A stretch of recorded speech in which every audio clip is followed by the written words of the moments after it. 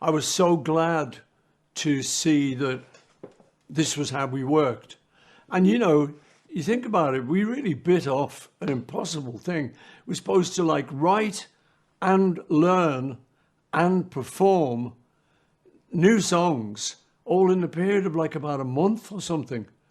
So it was like, strictly speaking, a little bit impossible. Mike Williams, man, thanks for joining us, buddy, all the way from the States. How are you, mate? Good to have you on. I'm doing well, Lee, and thank you for the invite. Awesome, mate. Well, the reason why I got into you is I heard ages ago, like I reckon a couple of years ago, I listened to a podcast and I couldn't quite remember where it was from, right? So I'm pretty sure it was over at Greg Carlwood's Higher Side Chats, which is a great show. If you haven't gotten onto that one, you should try and get onto that one as a guest. That's a really good show, that one, actually. But I'm pretty sure he had this lady on talking about the Beatles and Paul McCartney. Was he killed ages ago and replaced? And, the Beatles were this original boy band that was, they weren't, the story that goes along with it isn't quite what it seems when you actually look into it and you start peeling back the layers. And for ages, I was like, that was so interesting. And, and I kind of wanted to get back on it. I couldn't find anyone else really sort of doing anything on that one. And then I stumbled across some of the shows you had done, because I was sort of looking up Beatles conspiracies on podcasts and stuff, and your name kept coming up as guests on people's shows. And I need to look into this guy. And yeah, you've done tons of work on it, mate. It is fantastic. Some of the work you've been doing, you put a lot of time into this. So today's show, folks, for the listeners out there, we are going to be talking about basically the Beatles conspiracy.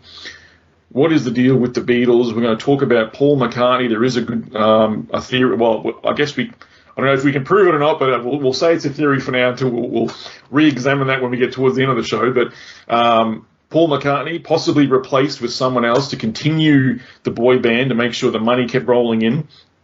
It's a lot of cool things about this one, and we're going to try and change a few people's minds out there. We might crush a few people the way they always thought about the Beatles. People have a lot of love for the Beatles. I grew up on the Beatles because of my parents. They loved the Beatles. Always hearing them playing on a Sunday morning or something, Dad would pull out the records and put them on, So we kind of grew up around listening to the Beatles. And I don't have a problem with the music, to be honest. I quite enjoyed the Beatles. I mean, I'm sure you yourself, I understand you're a big Beatles fan from back in the day. So that, the Beatles are a great band, but not everything's as cracked up as it appears, though, is it, Mike? No. There's two stories with the Beatles. There's the story that is for public consumption, and then there's the story which I call the Beatles conspiracy, which is very, very different than what most people believe. And it has a lot of ties back to things, Tavistock Institute, like a lot of public perception management, controlling how the public sees about political issues. And they use things like pop culture, bands, all this sort of stuff. We know that. We know that they do that now. They've been doing it for a long time.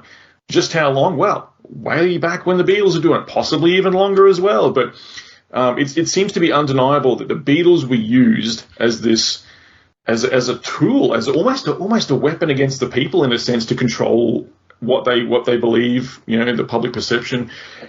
It's so many levels, mate. It's unbelievable how many levels this is on about the Beatles and what they really actually were and who was controlling them, the names behind it all.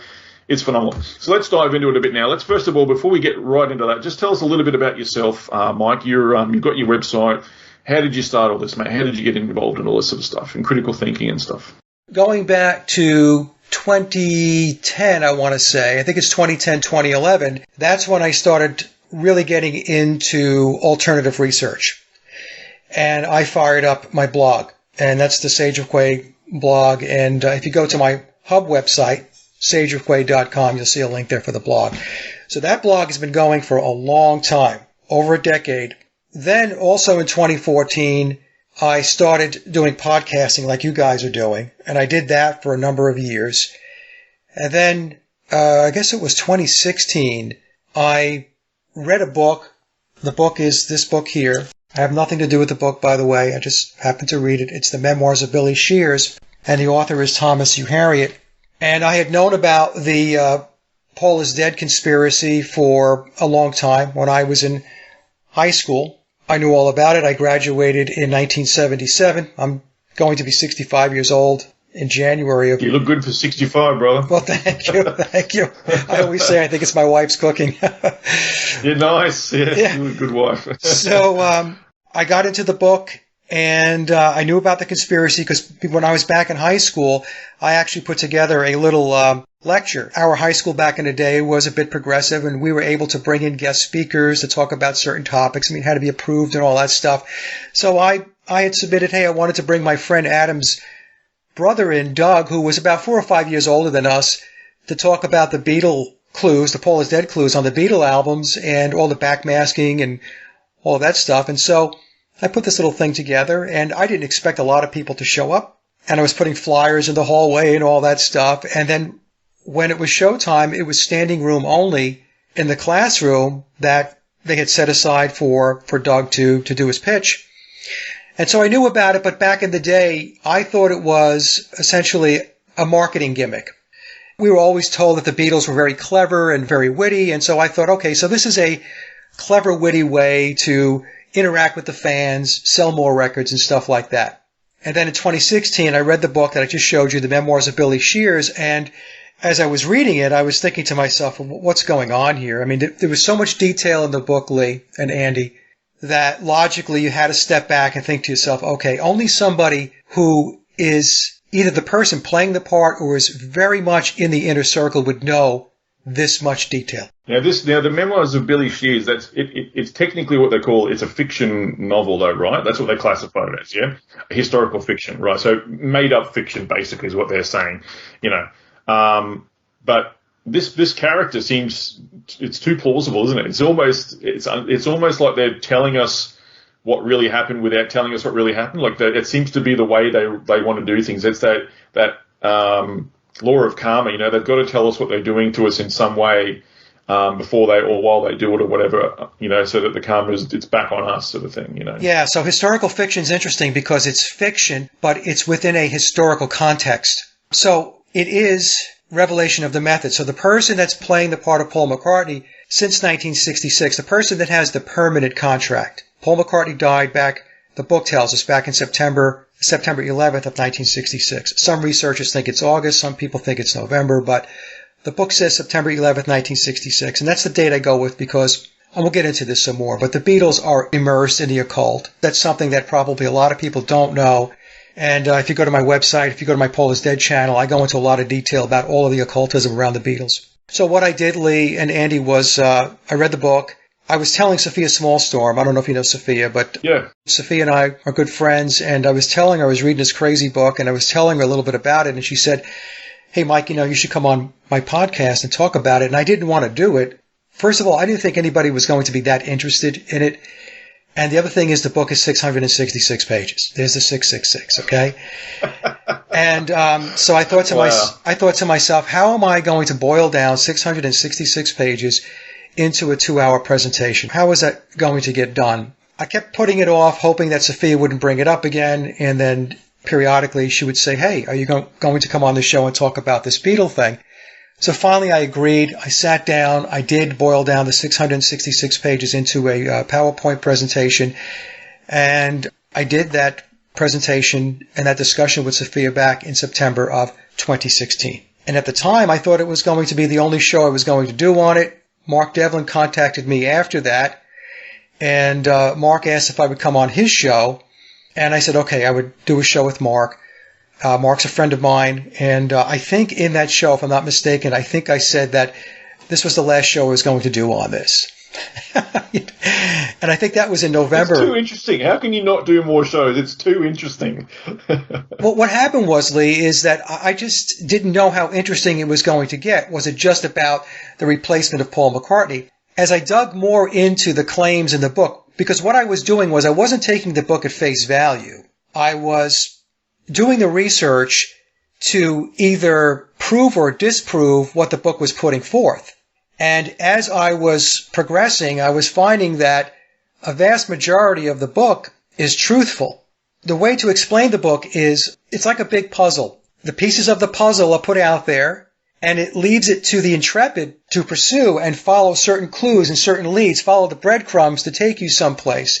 The book actually looks to have you go outside of it to validate information. And that's actually what I did when I did my big presentation on whether they wrote all their own music or not. I guess we'll get into that at some point as well. Yeah. So it's a very interesting book. There are threads of fiction. There's no doubt about it. I've said this from day one. I said, but the book is in layers. So it has 4 layers to it. The first layer is you just read the book as it is, like you would read any book, and then, that's that. Entertainment. Yep. Yeah. Second layer is there are bolded out words on each page, and those bolded out words establish a second layer and a deeper dive into the story. Then there's a third layer that's called the acrostical code. The first letter of every odd number sentence, the very first letter, when you read vertically, forms more sentences. So that's the third layer, and now you're getting even deeper into what the story is all about. The fourth layer is a new set of information that the author, Tom Harriet, has put out. They're called the whisper messages. These are very faint messages in very faint font that tells puts forth, I should say, additional information. Wow. So it's a very complex book. There's people out there, some of them are researchers, and they want to call the book fiction, and they just want to chalk it up. But the problem is with doing that is what I have found is the vast majority of those folks that make that statement have never read the book. So I don't understand how you can pass judgment on something or editorialize on something that you're not familiar with. I just don't understand that whole premise. But what happens a lot of times is, there have been other researchers, or there are other researchers that are in the game, and they've been around longer than I have. I've been doing this for over 7 years now. And so they establish a certain premise that they hold on to. That's their premise. And what's happened is the book has broken some of these premises that some folks have held on to for dear life. And that's caused issues within the Paul is Dead community, because just when you think that you have it nailed down, the book comes out and says, well, maybe you don't. A lot of researchers like to do in this topic with Paul is Dead is they want to start with Paul was replaced, and then they want to move forward from there. They don't want to talk about the creation of the Beatles. They still want to believe that the Beatles were this organic, naturally talented Paul McCartney and John Lennon, genius songwriters. They want to hold on to that. Yeah. Yeah, it's like a fantasy. They have this Cinderella story, don't they, that they just want to hold on to, otherwise it seems to it tears down all their sort of preconceived notions that, that these men were just this wonderful thing, but really it wasn't. People don't like to have that thought that they were lied to. What was it?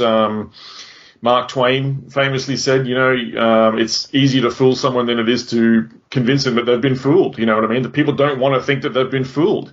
And yet here they are. They've been fooling us for a long time and it's provable. Let's start getting into that a bit now about the Beatles and how they came to be. And then we'll get into how some of the impossibilities come into it as well. Because they were the original boy band, let's face it. Like nowadays, there's freaking TV shows about, creating boy bands, you know what I mean? Like, it's right in our faces. Whereas back then, it wasn't. It wasn't in your face. It was all hidden. It was controlled. It was, we need to produce these guys. We've got to control this, the narrative. It was all about the narrative, back then. Nowadays, it's like, it's just mindless entertainment for people to have a production, a boy band produced in their faces and pumping this shit right at them. Whereas back then, it wasn't that way. It's kind of switched a bit, but the way I see it is they were the original creation boy band, weren't they? Yes, they were. And they were a creation of Tavistock. And Tavistock, for those folks that don't know, part of the deep state, there's an entire internationalist structure that's in place. And Tavistock is in the business of mind control and propaganda, working with the CIA, working with intelligence across the world, especially when we're talking about Western intelligence. Other groups that are tied in are Davos, we could say the World Economic Forum, the Bilderbergs, the Trilaterals, the Council on Foreign Relations, the Club of Rome. This is the internationalist structure that is in place. And Tavistock, who, by the way, is basically bolted to the Rockefellers, has a huge, huge part in culture creation and social engineering. And I hope you don't mind me showing some books. So I recommend this book here. It's a great primer, Tavistock Institute by Daniel Estulin, Social Engineering, the Masses. Okay, it's a very good book to start with. Also, this book here, published, I think, first initially in 1993 by Dr. John Coleman. It's about the Committee of 300.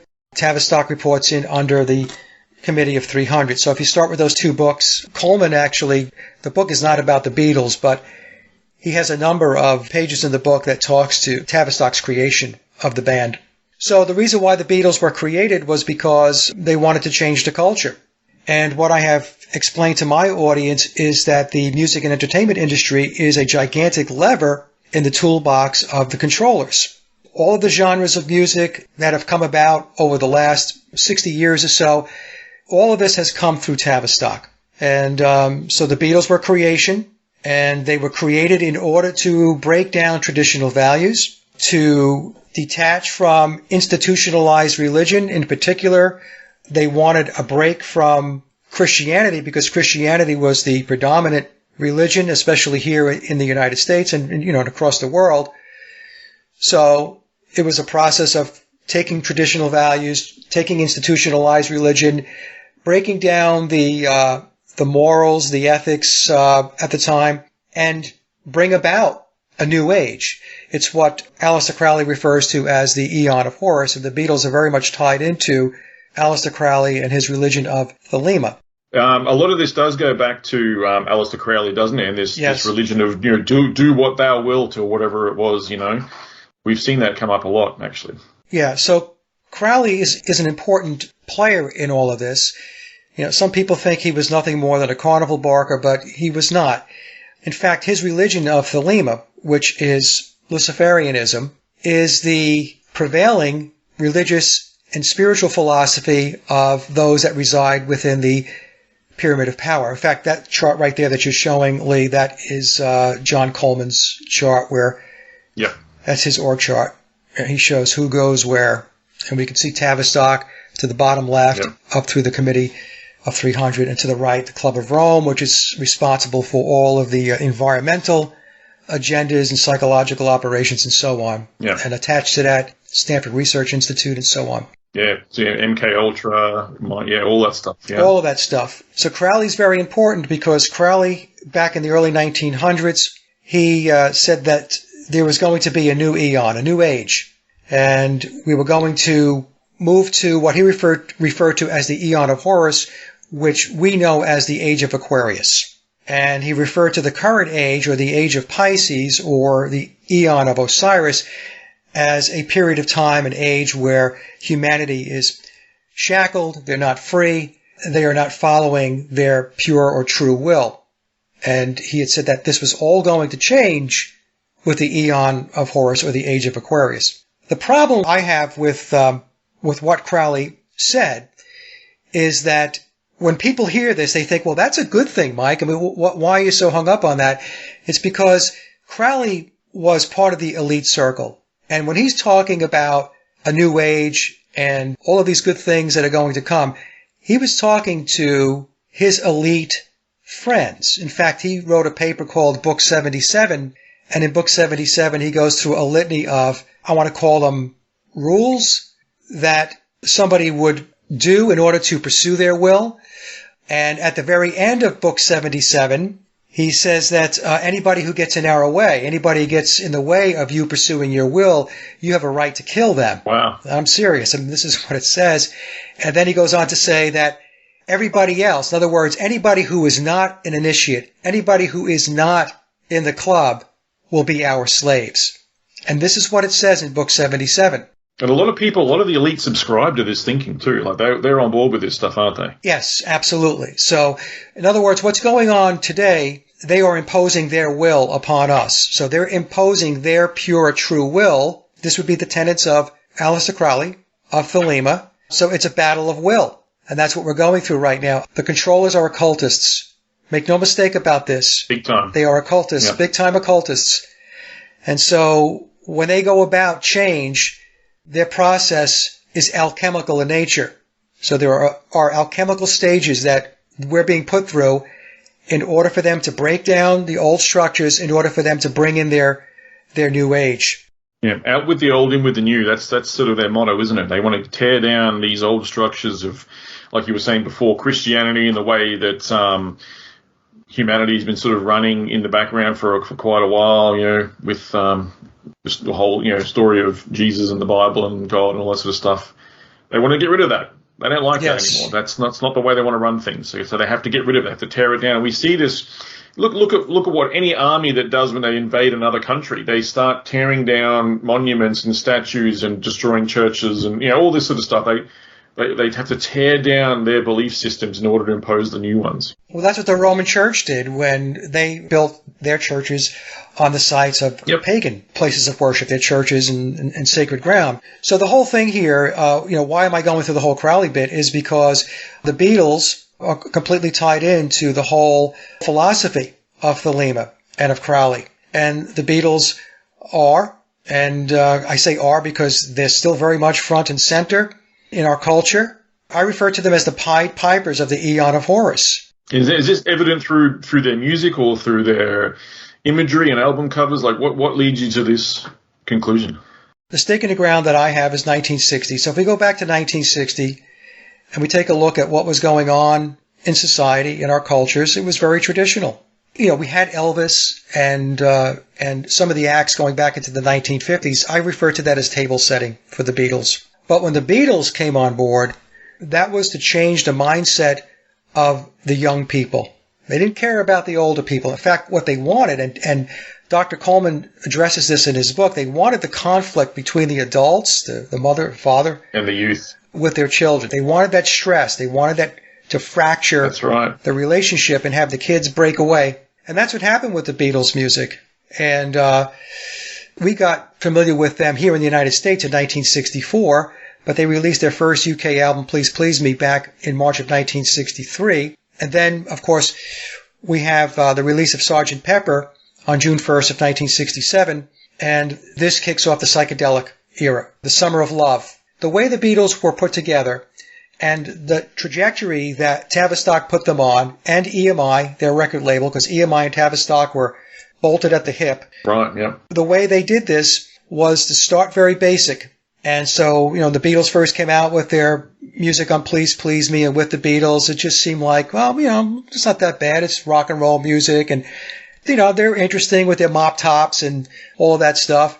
But then what we started to see is a progression where the music would change. Revolver was the segue to the psychedelic era. It was the bridge between Rubber Soul going into Sgt. Pepper. So once we got to Sgt. Pepper, that's when the psychedelic era kicked off. And that's when we were talking about drug use, free sex, doest thou wilt. If it feels good, do it. That is doest thou wilt. That goes back to Crowley.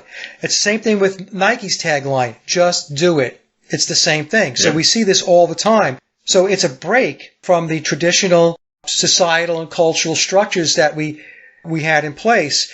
And, the Beatles changed everything. They changed hairstyle. They changed the way people dressed.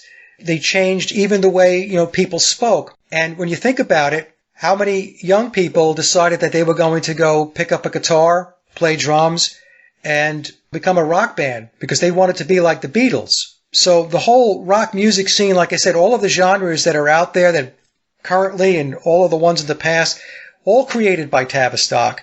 And the reason why Tavistock has different genres is because they know that each genre of music has a certain shelf life. And then there's a new generation or a new audience that they're going to manipulate and social engineer. So then they move to, the next genre. They could punk music, we have metal, we have glam, all of that stuff. Yeah. In the 1970s, we moved more toward, like with Kiss, which had more satanic overtones. Yeah, big time. Right? Yeah. And just so people know, folks, I'm not a prude, okay? So I'm a musician, and I got into music because of the Beatles.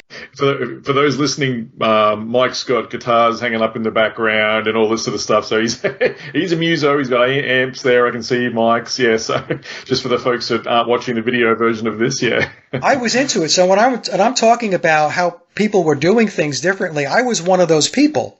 So my mindset was changed. My mindset was very different than my parents, but you're thinking, well, it's just a new generation and that's how it goes. But the Beatles really were foundational to everything else that followed them.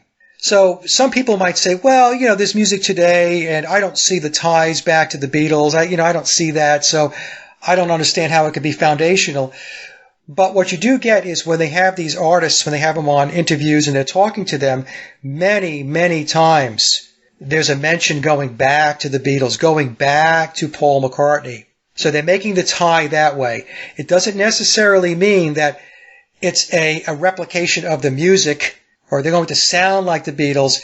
Like paying homage. Right, they're paying homage exactly to the Beatles, because the Beatles are that foundation that everything else was built upon. So let's talk about. So we've got the Beatles. They're now a creation of Tavistock.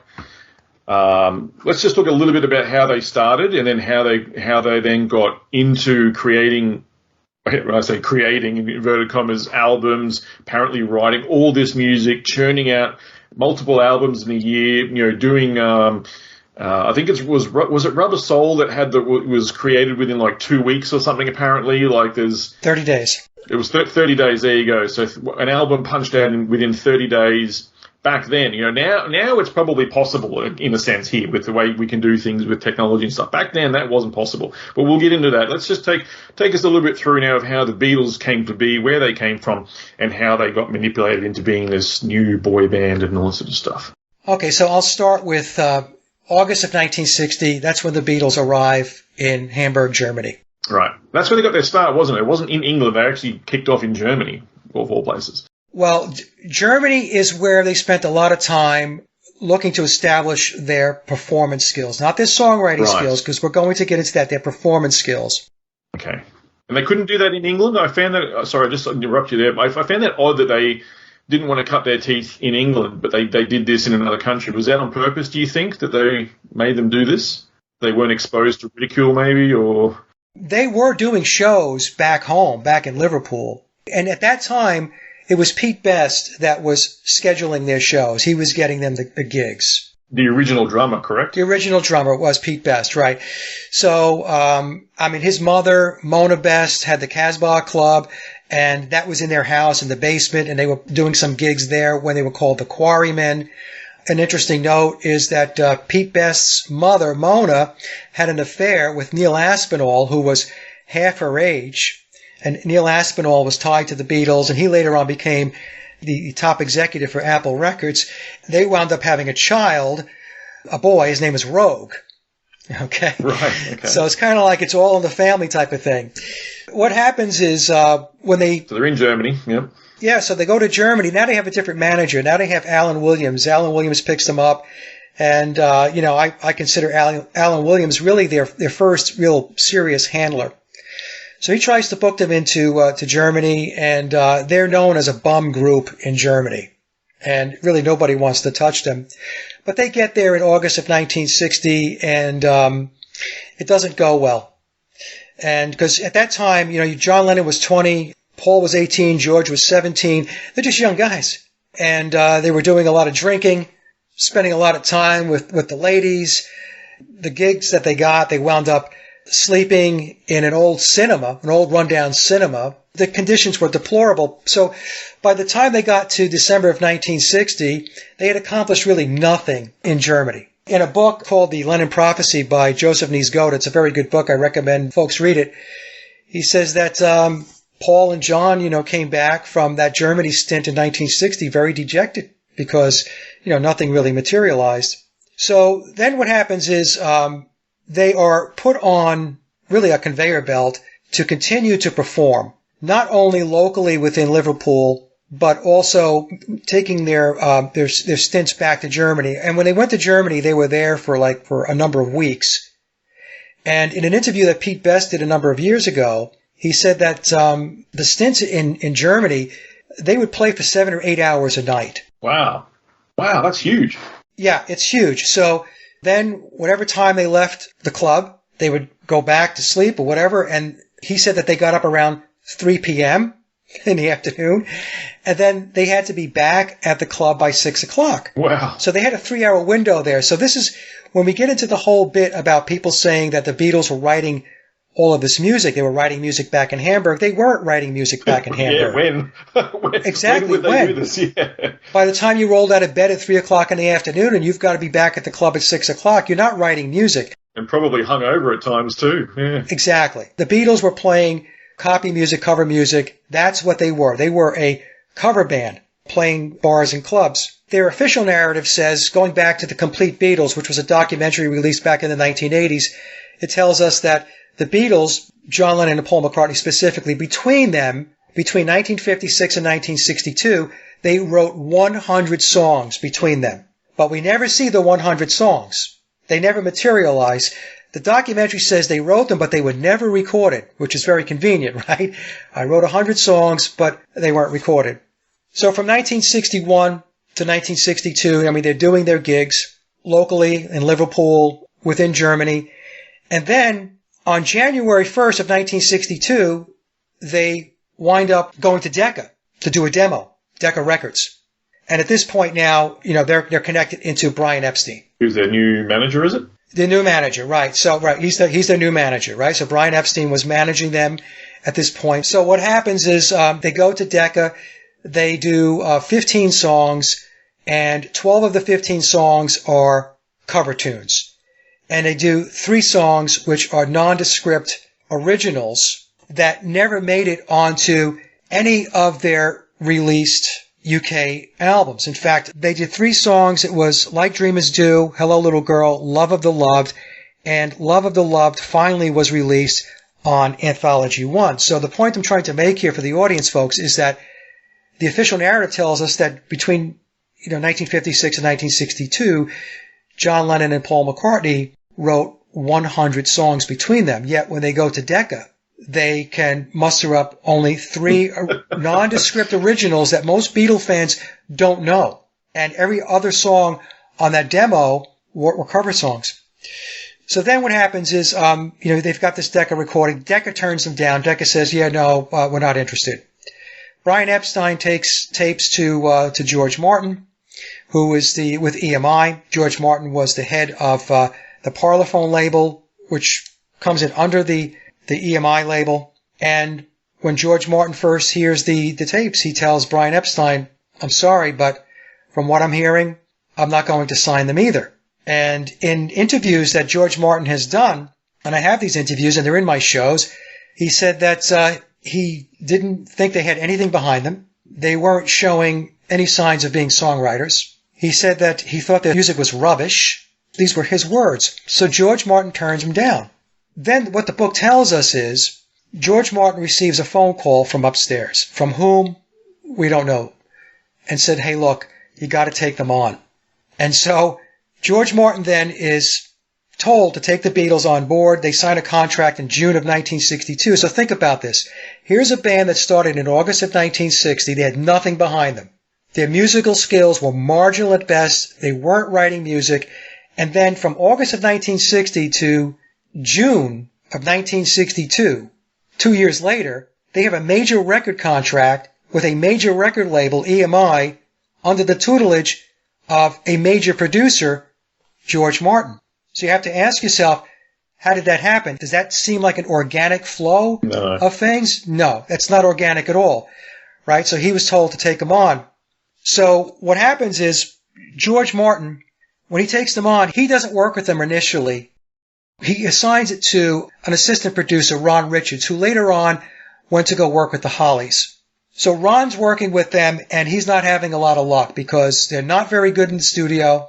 In fact, there was an interview that going back to 1971 where their sound engineer, Norman Smith, who was their engineer from Please Please Me, which was their debut album, Through Rubber Soul, said that they failed in the studio and he wasn't impressed with them.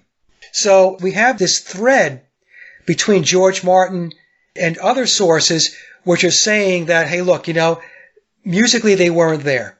Songwriting-wise, they weren't there. In fact, George Martin said that when he first got them on board, his first task was to go out and find songs for them to go record, to go put on an album.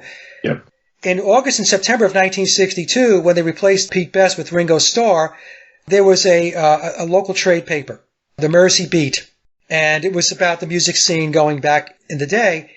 And in that article, along with announcing that Ringo Starr was replacing Pete Best, that article said that the Beatles are flying to London to record songs that were written for them and given to them by their record manager, meaning their producer, George Martin.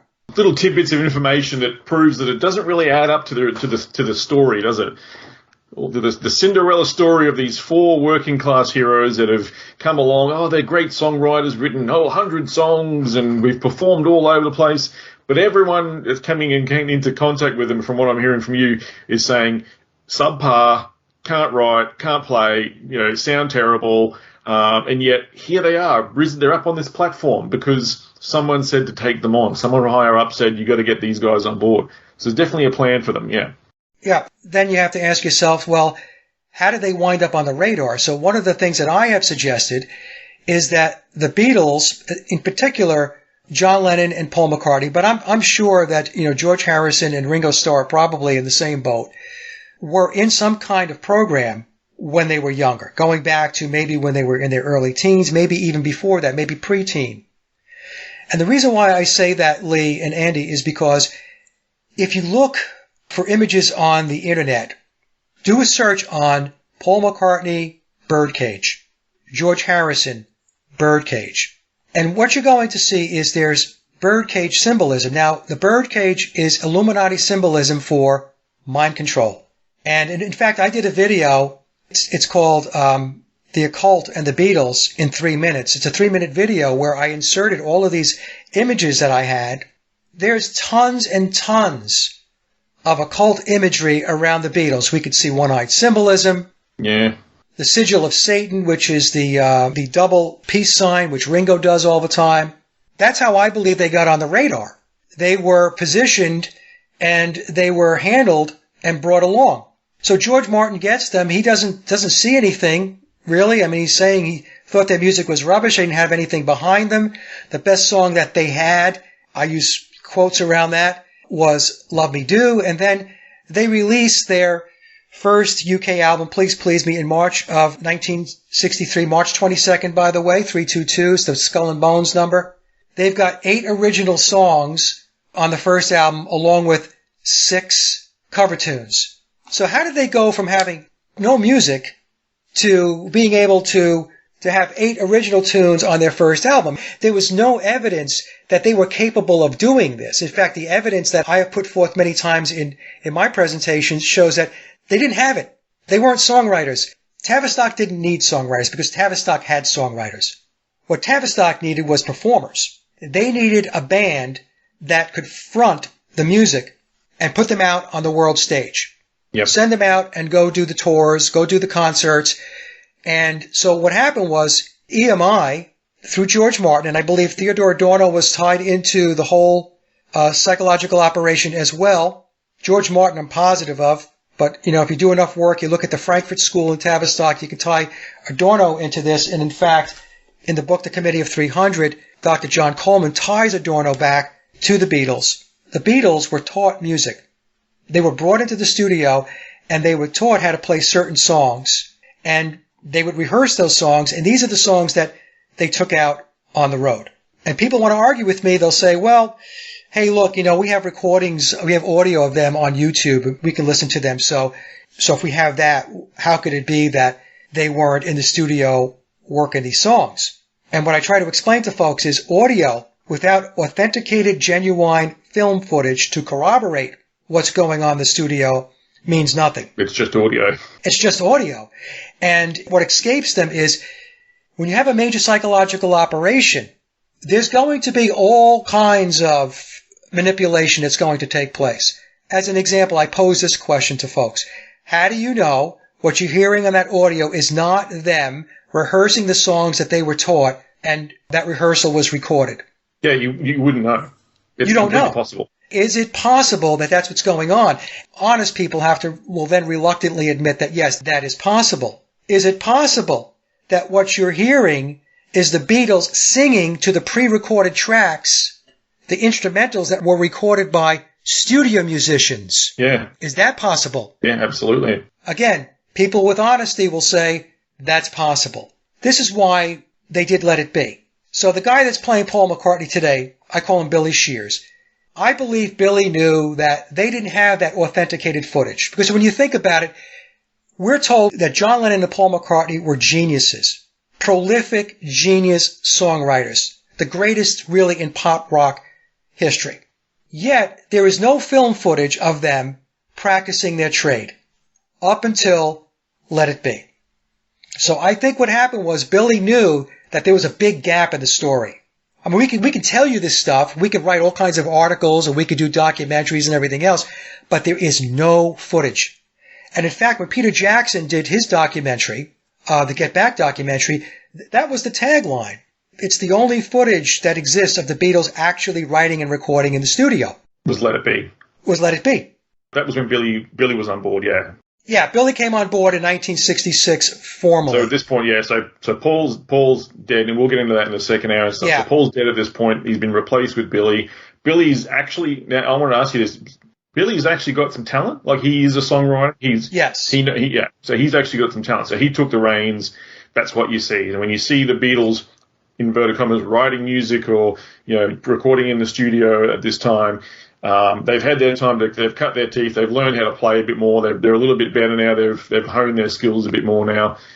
Billy's in control, and here we are. Look how awesome they are, But even in Let It Be, Lee and Andy, when you look at Let It Be, what did they accomplish?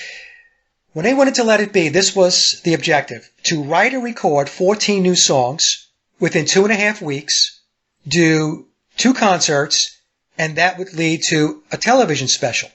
When you watch the Let It Be footage, whether you're watching the original film or you're watching the Peter Jackson version of it, they couldn't do it. In fact, what we have is a lot of footage of them goofing around, resorting back to a lot of cover music, and then they get to the rooftop scene and we hear basically 5 songs. On a couple of them, they did a couple of takes, but basically 5 songs on a rooftop. That's not a concert. Who's going to see them on a rooftop? So what happened was, they couldn't do it. So even with Billy at the helm, Billy, who was formally trained and a very, very good multi-instrumentalist, they couldn't pull it off. Now, when I did my presentation back in April of 2020, did the Beatles write all their own music, to question whether they actually did write all their own music, and I concluded that they did not. Okay, that made its way into the book, and the book validated my conclusions. About 3 weeks ago, Billy was doing an interview. Billy, again, folks, he's the guy playing the role of Paul McCartney. Who you know as Paul McCartney, that's Billy Shears. I think it was on ABC television here in the United States. Part of that interview, he said that we bit off more than we can chew, that the objectives and the goals that we had for the Get Back sessions or the Let It Be sessions of 14 new songs was impossible. So here, Billy is telling us that they couldn't do it. So if they couldn't do it for Let It Be, the band had 7 years of studio experience under their belt. If they couldn't do it in 1969, what makes anybody think that they could do it in 1963, 64, 65, 66, and so on? But the elephant in the room, as far as the music goes, is Rubber Soul. Yeah, so this is what I wanted to get into. So make sure we cover this in the first section of the episode for the listeners. Get onto that one now. So Rubber Soul album comes out, which I showed the cover art of before. What year was that again? 65. 65. So 1965. It's getting close to the later end of the year, getting close to Christmas time. Well, what do people do at Christmas time? Well, they go and buy gifts for people, don't they? They spend money. They go shopping. People want to go and buy gifts. So they didn't want to miss out on the good sales time of Christmas time of selling this Rubber Soul album around that time of year. Now, let's talk about how they accomplished this mammoth feat in the time frames within which it happened. Go ahead, Mike. Okay, so what happens is they're doing their U.S. tour, and after the U.S. tour, they had a 6-week break or holiday. And they had to be in the studio on October 11th, and they had to write from scratch, essentially from scratch, 16 new songs and have it completely wrapped up in 30 days to wrap up by November 11th of 1965. So October 11th of 65, folks, 30 days to November 11th. 16 new songs. That's 14 for the album. And then they did a single, a double A-side single, Day Tripper and We Can Work It Out. Those are the 2 songs for the single. And the official narrative tells us that they came into those sessions with essentially no backlog of music. So they had to write from scratch. And let me just see if I can find something here, because some people want to argue that, oh no, well, they had some music. Well, they really didn't. The narrative tells us that they had partial or drafts of songs before the Rubber Soul sessions, which included some pieces of Michelle, some pieces of We Can Work It Out, and they had the song Wait, which had the basic rhythm tracks recorded from the Help sessions, which were earlier in the year in 1965. But here's the thing with Wait, because some people want to argue with me that, it wasn't 16 songs they had to write, it was 15. Like, that really makes a difference, 15, 16. Changes everything. But the thing is, Wait, the way the official narrative explains it is it was pulled out once they realized that they were struggling for material. So in other words, Wait was not one of the songs that they were coming in with. They didn't say, hey, we already have this one, so there's only 15 more to write. No, they came into the studio saying, we've got 16 to write. And then as the sessions became a bit challenging, that's when they pulled the song Wait out of the closet. I watched a documentary. Scott Fryman is the author. He does a great job. I mean, it's the official narrative. His presentation is very good. But, I've been songwriting for a long time, recording and so on. And I got 20 minutes into that documentary, that presentation, and I knew right away something was really off. Way off. Because as soon as I heard 16 songs in 30 days, I said, there's no way you can write 16 songs in 30 days. Now, when we talk about writing songs, it's not just writing them. Then you have to learn them. In other words, learning them means you have to teach the rest of the band the songs. You have to rehearse the songs.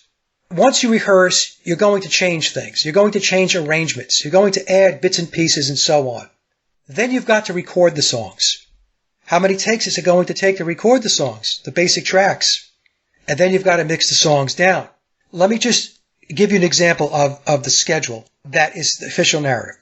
It says the Beatles arrived in the studio on October 11th of 1965. One day in, they recorded the song Run for Your Life. They showed up on October 11th, October 12th. Run for Your Life is in the bag. On October 13th, 2 days in, Drive My Car is in the bag. Done. On October 16th, 5 days in, Day Tripper is done. On October 18th, If I Needed Someone, 7 days in, is completed. Now, the whole thing is like this.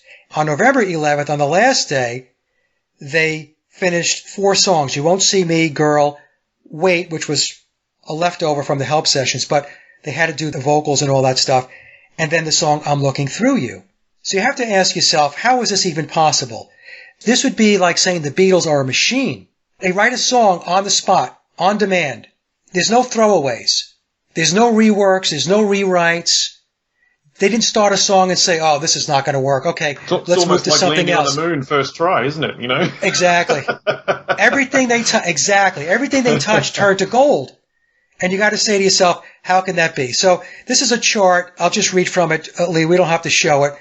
So in the month of October, 8 songs were recorded in 18 days with a total of 28 takes for all songs. So that means it was an average of 3.5 takes per song. Not one song that they did in Rubber Soul exceeded 5 takes. How can that be possible? You're writing the songs from scratch. You're learning them. You're rehearsing them. So what's going on here? In November, 8 songs were recorded in 13 days, 5 less days than in October. And they did that in 14 takes for an average of 1.8 takes per song. This is in the land of impossible. Okay, it's not even remotely feasible. I mean, what people need to understand is that is the same as you're all in the booth, everything's ready, it's all set up. They start playing on cue, the vocals are correct, everything is correct at the same time, and it all marries up in one take. It doesn't happen. It can't happen that way. How does that happen? Every note is perfect, every strum, every beat, everything's perfect in one take. It is impossible. It cannot happen that way. Even the best musicians these days will still take multiple times to do a take. Yeah, so they did 16 songs in 30 days with a total of 42 takes for all songs. That's 2.6 takes per song. I mean, did they sleep? Did they eat? Did they, how did they leave the building? What's going on there? Well, here's the thing. During the Rubber Soul sessions, that's when they received their MBEs. So they stepped out of the studio. They also took a day out to do a Christmas flexi disc. And then they took 2 more days out because they had a TV special to do. Rubber Soul, once you dig into it, it starts to come apart at the seams. Yeah. Rubber Soul is the clue that gives it away that these guys weren't writing their songs, they weren't producing it, they weren't the be all and end all of best musicians and geniuses in the world. This is the proof, right? This is the thing that brings it all out and tears it all apart, right? This is the proof. Right. That's right. And then I'll get into it in a moment. Because that's not the only problem with Rubber Soul. See, that's the first problem is the songwriting. It's the rehearsal. It's the recording. It's the mixing. But here's the other problem with Rubber Soul. They cut the lacquer, the final lacquer, mono lacquer, which is going to be used to press the actual records on November 17th. And the records had to be in retail in the stores on December 3rd. That's 2.5 weeks. How did that happen? Yeah, maybe these days, maybe they could do it these days. You know what I mean? I mean, you struggle to get business cards created for you in 2 days, in a week. You know, sometimes how can they cut thousands and thousands and thousands of records in that short amount of time? Yeah, not only cut them, there's more to it than that. Go on. The cycle time back in the day to get a record out was 8 weeks, 8 to 10 weeks, let's say 2 months from the time that you conclude recording. Then 2 months out is when you could expect to have the record out. Why is that? Well, because record sleeves have to be created. The center labels for the vinyl have to be created. So in other words, all the packaging has to be printed and put together so that when you press the records, you can put them in the sleeves, you can package them, stage them, and get them ready for distribution, and then get them out to the retail. Now, in order to have the record sleeves printed and the center labels printed, you have to know the names of the songs. And the order of the songs, too. And that's the sequencing. I'm going to get to that. Yes, right, exactly. So, of course, everybody knows this, right? The names of the songs are on the back of the album, and the names of the songs are on the center label that gets pressed onto the vinyl record, whether it be the 33 RPM record or the 45. The official narrative tells us that George Martin didn't finish the sequencing, the order of the songs, which songs in what order were going to be on side A, which songs in what order were going to be on side B until November 16th, the day before the lacquer was cut. Now, in order to do the sequencing, you have to know the run times. In other words, how long is the song? Is it 2.5 minutes? Is it 3 minutes? And so on. So you have to have the run times. Then once you have the run times, you could do the sequencing. Once you have the sequencing, then you could put the order in to have the record sleeves printed and the center labels printed as well. So if he didn't do the sequencing, he didn't finish it until November 16th. Well, how did the lacquer get cut on the 17th and the records begin to be pressed? I'm assuming that had to be on the 17th as well, or maybe even the latest, the 18th, because they really had to get the first batch of records out to the retail outlets by December 3rd. How did that happen? All of this artwork, all of the printing, all of the labels just fell from the ceiling into their laps and then they were ready to go? Because the way the center labels work, folks, the way they get adhered to the vinyl is during the pressing process. It's not done afterwards, which means the center labels with the names of the songs had to be in-house, ready to go when they were starting to press the records. Now, what does that mean?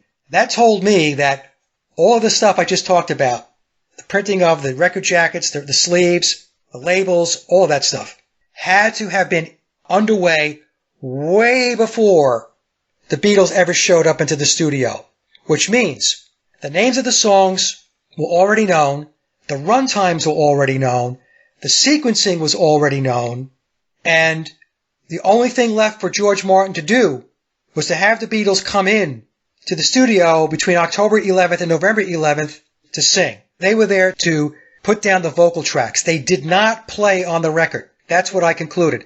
Who played on the record, Mike? Studio players played on the record. George Martin, he had his studio session musicians. And this wasn't that uncommon either, was it? Like, studio session musicians were a very common thing back then. That's the thing, Lee and Andy. This is a very important point that you're bringing up.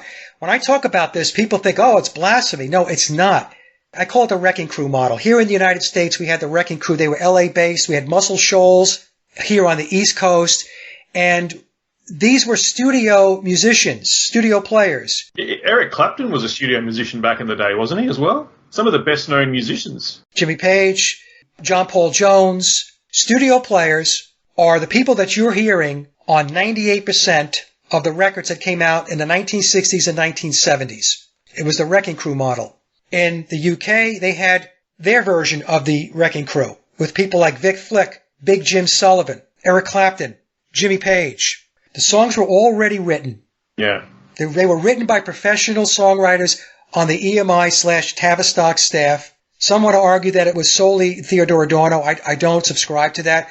I believe Adorno, in all likelihood, did write some of the music as well as George Martin. I have a clip of George Martin saying that he wrote the guitar lead for Michelle. It was his composition. Those were his words. But I believe what they did was they had maybe 5 or 6 songwriters that were dedicated to the Beatles' psychological operation, to that initiative. Yeah. It seems very plausible that that's the case, yeah, for sure. So what they did was, they wrote the music, and then George Martin convened the studio players. He put the sheet music in front of them. Yep. Record all this. They banged out the songs, recorded all. Beatles come in. They sing to the pre-recorded tracks, to the instrumentals. Yep. They just sing like karaoke to the instrumentals. Yep. Put it down, record that, and pump it out. And they could have, theoretically, they could have just sung all those songs in a day almost, and recorded them in a day, and then punched it out and got them all done. Yeah, I think what happened was the songs came with a guide vocal, so they had to learn the melody. Yep. In fact, I've got a clip of them trying to do to get "Think for Yourself" down, which is credited to George Harrison, and that's on the Rubber Soul album, and it's unbelievable. They just had a very difficult time nailing the song, and I'm thinking to myself, why is George Harrison, especially George Harrison, having a hard time nailing the song down if he allegedly wrote it?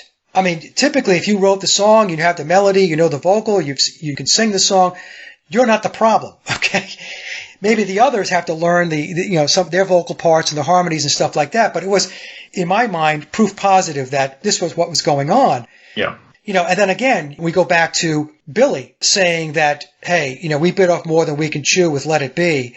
You guys are supposed to be genius songwriters. The greatest of all time, yeah. Greatest of all time. And you're saying that, you couldn't do the 14 songs for the Get Back sessions or Let It Be sessions. So why should I believe that you can do it any other time before that? Yeah. We've explained all this, that the Beatles are this manufactured group that didn't write their own things. Things were done for them. It was all pumped out there. And just reiterate one more time, like, why was that important? What was that all about? Just to wrap that finer point up there. Why did they do this? Why did they have to do this for this band? What made that so important? The Beatles were really the first rock band, that was going to be foundational and set the stage for everything else that followed.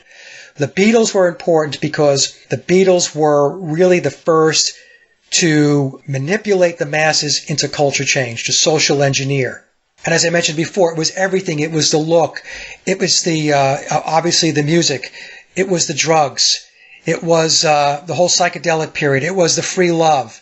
It was all of this. It was anti-establishment. Why did the controllers, the Tavistock, why did the people, the social engineers, why did they need to do this? Like, we've established that they did do it. This is how they did it. They used the Beatles to do this, to control the narrative, all that sort of stuff. But why was it so important to them to do this? It goes back to Crowley's Aeon of Horus. Okay, so they're occultists, and they're looking at the current age, the age of Pisces, which I believe we transitioned out of officially on December 21st of 2012. The whole Mayan calendar bit. It was the end of that era. Yeah. It was the end of that age, right. So they're moving to a new age. And their new age, they want a population of literalists.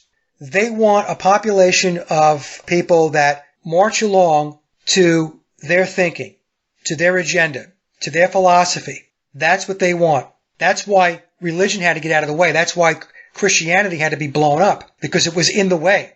Because back then, and people need to understand, like, this is my take on this, is that, back in, say, and in these eons, these ages last, roughly 2,000 odd years or something? Right. Back then, they didn't have mass media like we do now. So the way they controlled populaces back then was through religions and, pushing and enforcing their religions and things. And, later on they wrote down scriptures and things. And it was all about Yeah, that's how you control masses. You use the priest class to control larger groups of people, and those priest classes were basically in charge of populations and stuff. Fast forward, 2,000 odd years. How do you control the masses then? They started to do it through Bibles, and that was how they used the Bibles to control the message of the Piscean agenda back then. And but that age had to end. So how do you now do it again? You're at the end of the age now. How do you control massive amounts of population? Well, you do it through mass media, and mass media is taken on board by the masses through things like radio, television, newspapers, the written word, all that sort of stuff. But pop culture was really starting to take its grounds back then. So they needed to control pop culture, and this is one of the ways they did it. They did it via the Beatles, if I'm not mistaken, and that was how they pushed this new change, this new Age of Horus agenda onto the mass populations of the world. Was push it through entertainment, get it on board that way. Correct me if I'm wrong. Is that a bit of a summation there? You're absolutely right, Lee, and you said something very, very important. Pop culture. So that's what culture is all about today. There's no true culture.